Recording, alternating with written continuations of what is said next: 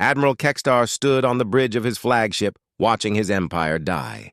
The colossal Zetherian warship trembled as another enemy blast ripped through the void nearby. Beyond the viewport, hundreds of his finest vessels burned like fading suns against the black abyss. 3,000 years of galactic dominance were ending in a single day. The Devourers had appeared 6 months ago from nowhere. They emerged through rifts in space itself, beings that seemed to consume reality. Wherever they passed, stars simply ceased to exist. Planets vanished as if they had never been born. Even time twisted and warped around their presence. Commander Velos hurried to his side with a fresh report. Her young face was pale with dread. The 7th Fleet had disappeared entirely, not destroyed but erased. 50,000 Zephyrian warriors gone in an instant. Kextar felt his heart sink lower. At this rate, the capital world would fall within the hour. He had fought wars across the galaxy for 60 years. He had seen empires rise and fall, entire species kneel before Zephyrian might. But nothing had prepared him for this. The Devourers ignored every known rule of war, or physics. They consumed everything they touched. Weapons that had conquered 1,000 worlds were useless. Energy beams passed harmlessly through them. Missiles detonated without effect. Even the planet-killing cannons that had ended the Great War did nothing but provoke them. Each failed strike only seemed to make the Devourers stronger, hungrier. Velos spoke quietly beside him. She had been studying ancient archives, records from before the Empire's golden age. What she found made his blood run cold. 3 centuries ago, another species had claimed to know how to fight such enemies. A young race that had offered the galaxy protection. Humans. Kextar remembered them. A small species from a primitive world called Earth.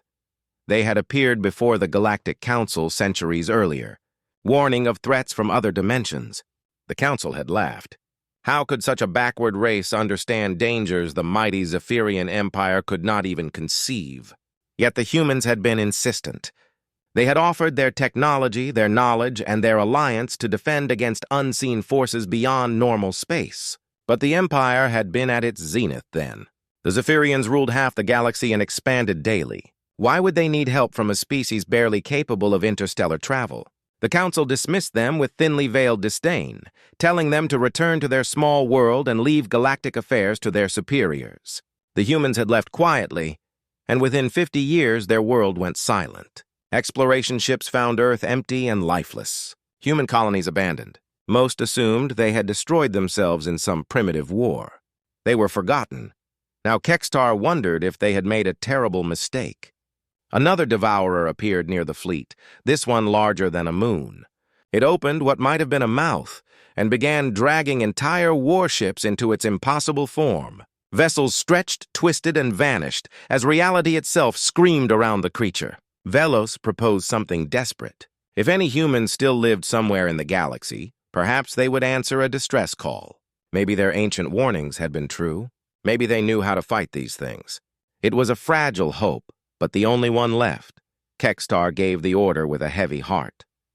The communications officer began transmitting on every frequency, in every language the Empire knew. The message was simple and desperate.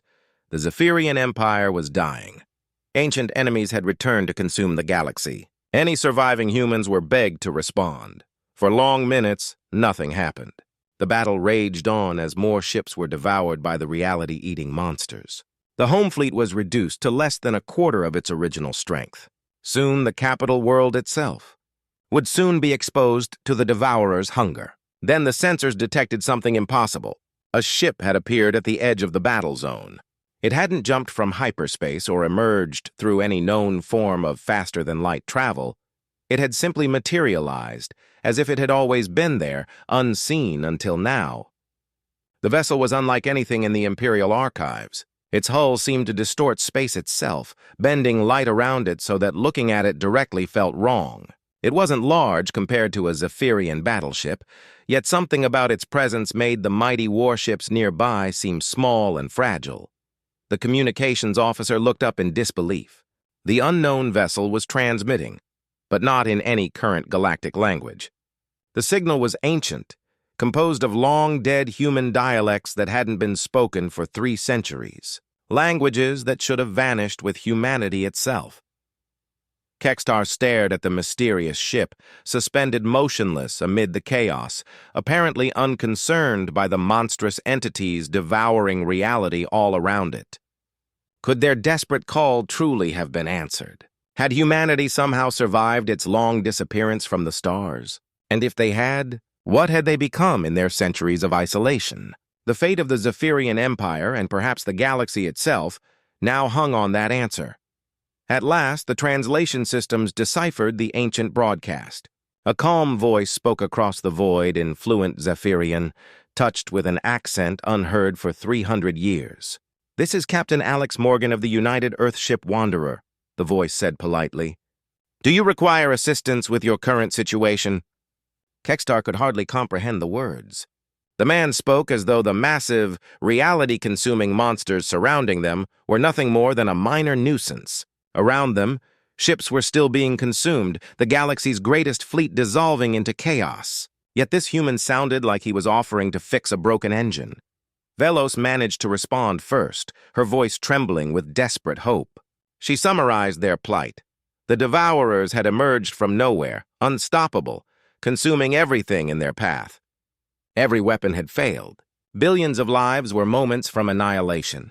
If Captain Morgan had any means of aid, the Empire would be forever indebted. Morgan's reply was even more unnerving. He thanked them for the report and mentioned that his science officer had been studying the phenomenon for some time.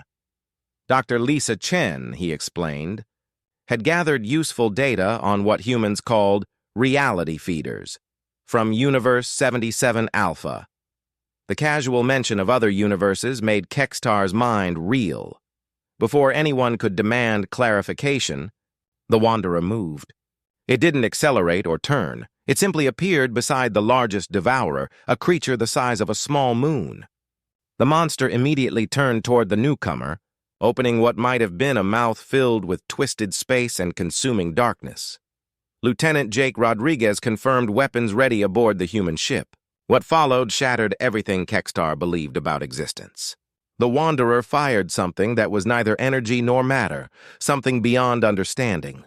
Where it struck the Devourer, reality corrected itself. The creature didn't explode or burn. It simply ceased to be, erased as though the universe had decided it had never existed. The bridge of the Zephyrian flagship fell into stunned silence. In 3 millennia of warfare, they had never witnessed anything like it. The Devourers, beings impervious to planet-killing weapons, had been erased by something they couldn't even begin to define. The human ship turned smoothly toward another cluster of the creatures with effortless precision. Captain Morgan continued speaking in the same calm, courteous tone, while his vessel methodically erased the remaining Devourers one by one. He explained that humanity had faced these entities before, refugees from collapsing universes that consumed reality itself to survive. They were usually harmless, he noted, if one understood how to redirect their feeding properly. Velos managed to find her voice long enough to ask the question that everyone on the bridge was silently thinking. How was any of this possible? Human technology, 3 centuries ago, had been primitive compared to Zephyrian science. How had they developed weapons capable of rewriting reality? Where had humanity been all this time? Morgan's reply came in the same composed tone he had used throughout the encounter. Humanity, he explained, had never gone extinct. They had simply departed from normal space after realizing their warnings about dimensional threats were unwelcome. Instead, they turned their attention to other realms, other projects, and other responsibilities beyond the galaxy's limited understanding. The last Devourer vanished as the Wanderer completed its task. In mere minutes, the human vessel had destroyed what the entire Zephyrian fleet could not even scratch. Space itself began to stabilize, the twisted distortions fading as reality returned to its proper form. The immediate crisis had ended, but Kextar felt his understanding of the universe unraveling. Then another voice joined the transmission, Dr. Lisa Chen. Calmly, she explained that the Devourers had likely been drawn by the Empire's use of zero-point energy extraction. The process created dimensional weak points, gaps through which entities from dying universes could slip. It was, she added, a common issue among civilizations that hadn't yet mastered proper reality stabilization techniques. Kextar realized with growing awe that the humans were discussing concepts his people had never even theorized. They spoke of other dimensions, layered realities, and inter-universal resonance as casually as if discussing the weather.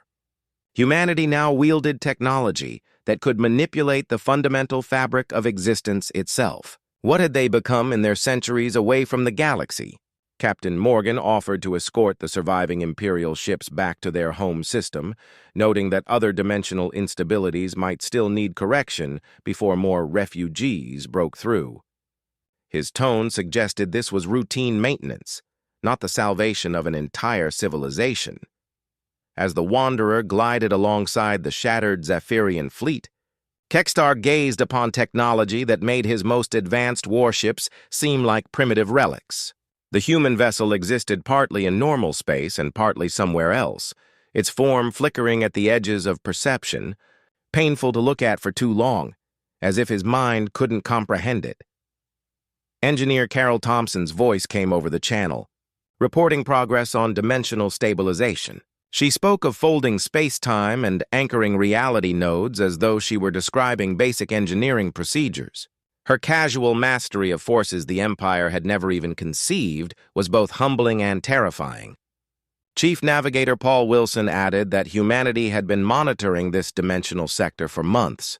They were aware of growing instabilities but hadn't expected a breach so soon. Normally, he said, they could contain such events before entire civilizations were endangered. Velos finally voiced the question haunting them all. If humanity possessed this power, why remain hidden?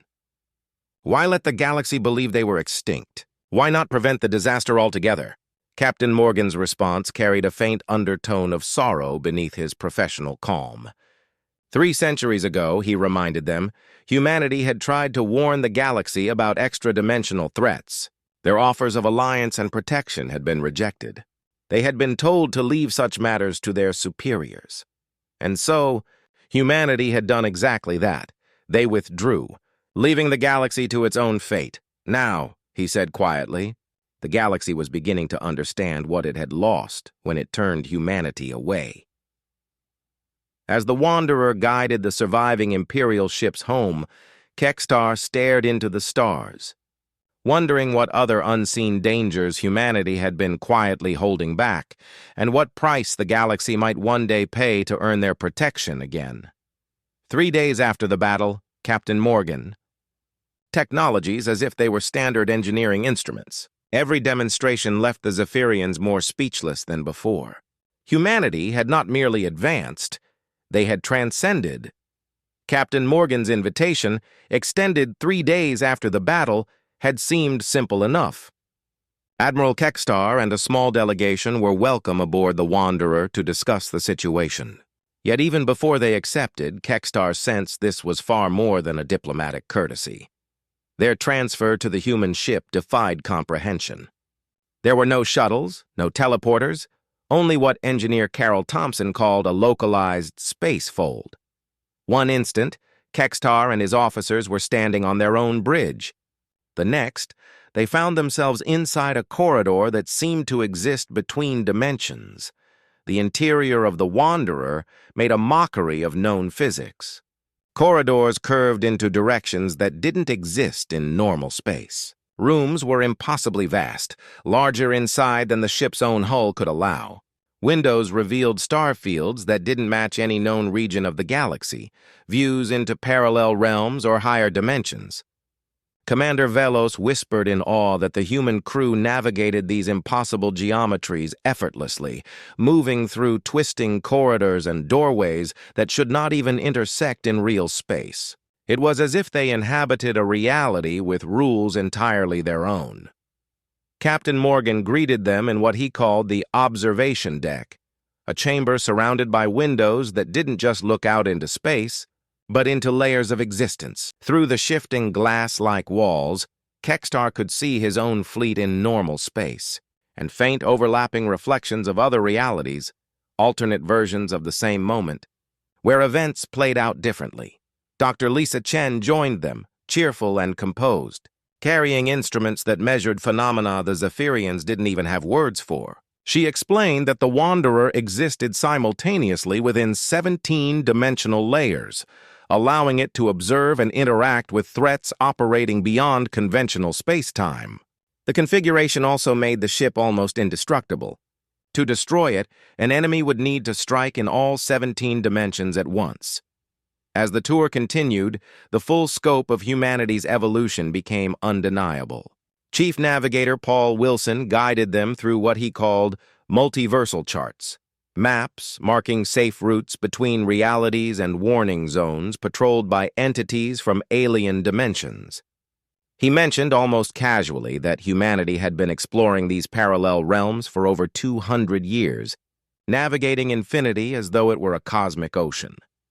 Engineer Carol Thompson later demonstrated her work on dimensional anchors and reality stabilizers.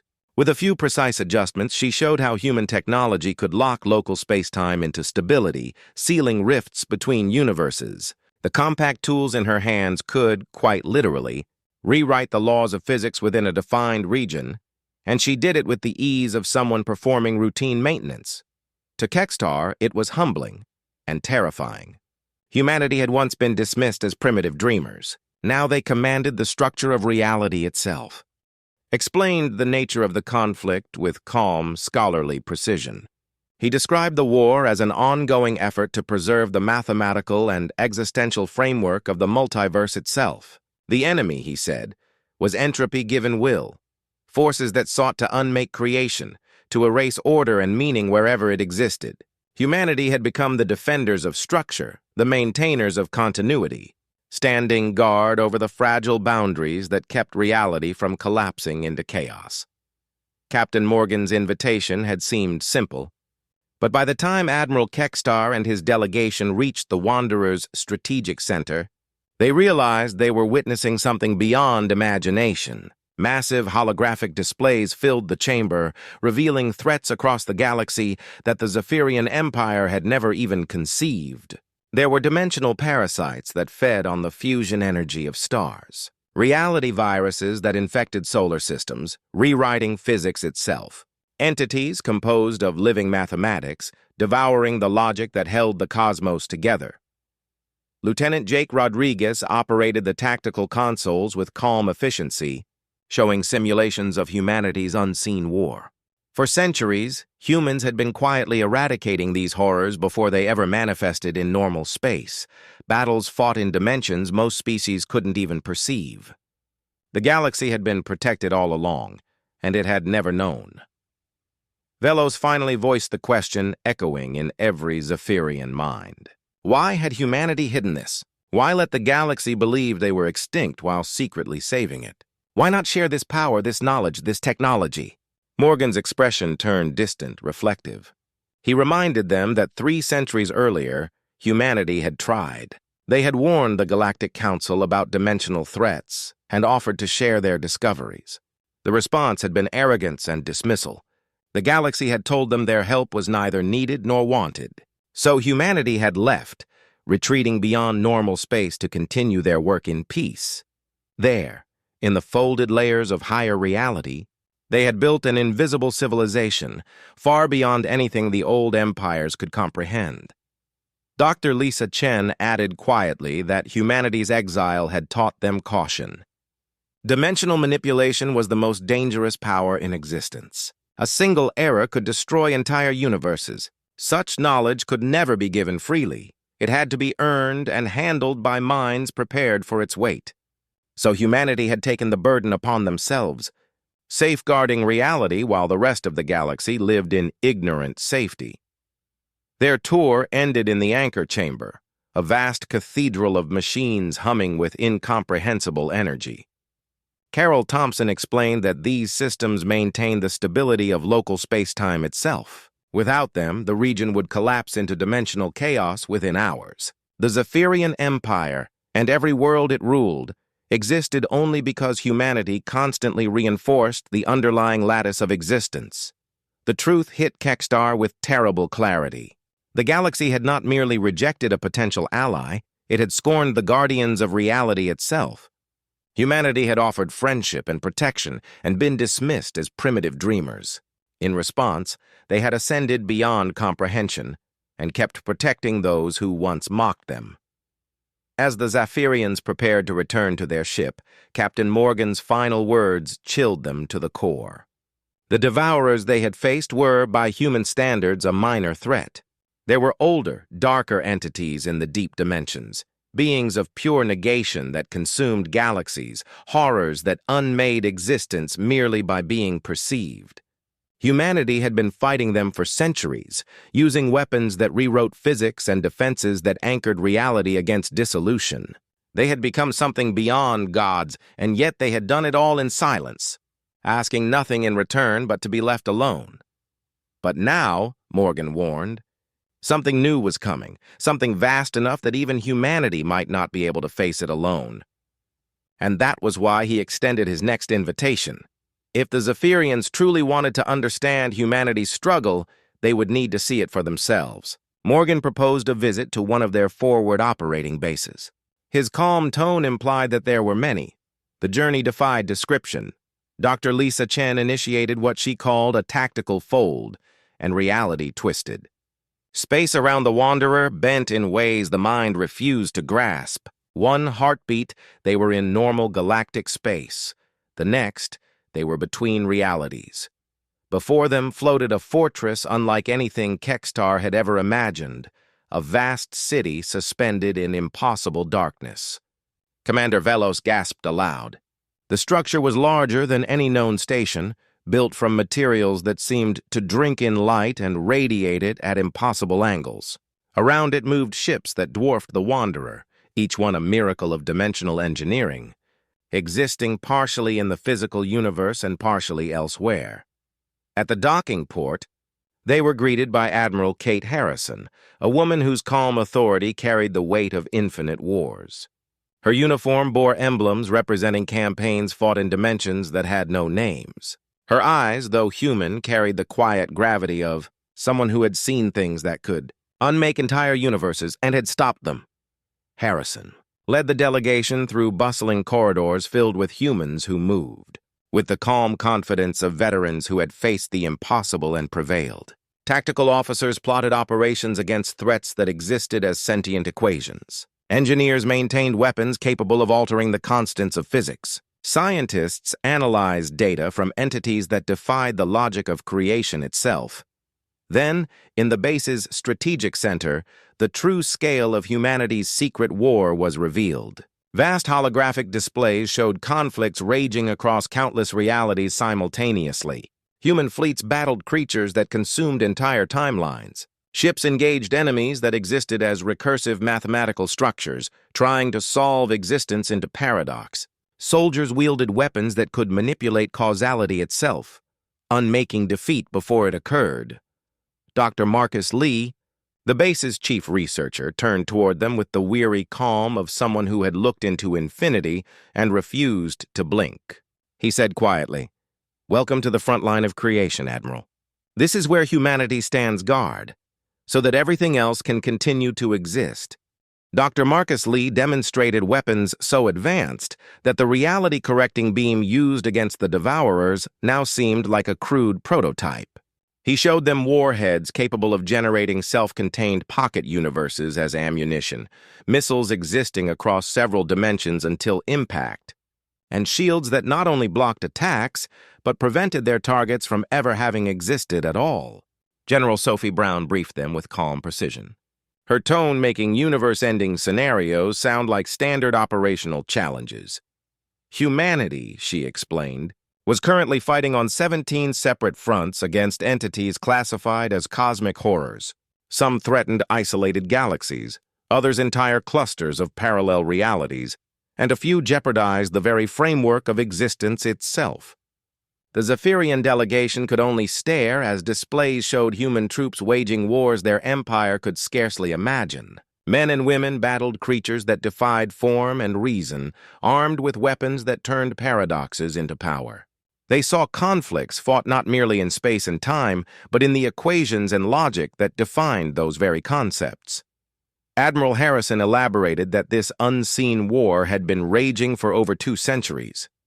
Humanity no longer defended only their home galaxy. They safeguarded thousands of parallel universes where different versions of civilization had emerged. In some, the Zephyrian Empire had never existed. In others, entirely alien powers reigned.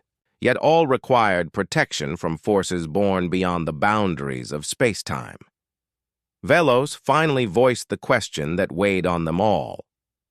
Why had humanity taken on such an impossible burden?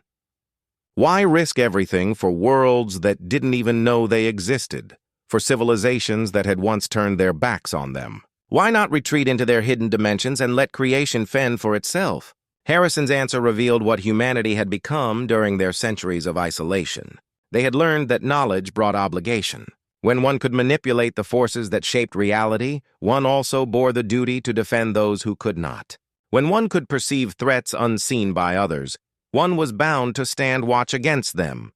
Dr. Lee added that the deeper humanity delved into the mechanics of existence, the clearer its fragility became. A miscalculated experiment in dimensional physics could unravel universes. A careless test in probability manipulation could shatter the logic holding reality together. So humanity had taken up the role of custodians of the cosmic order. They maintained the partitions between worlds, fought the horrors that slipped through from collapsing realities, and prevented reckless experiments that could unmake all of creation.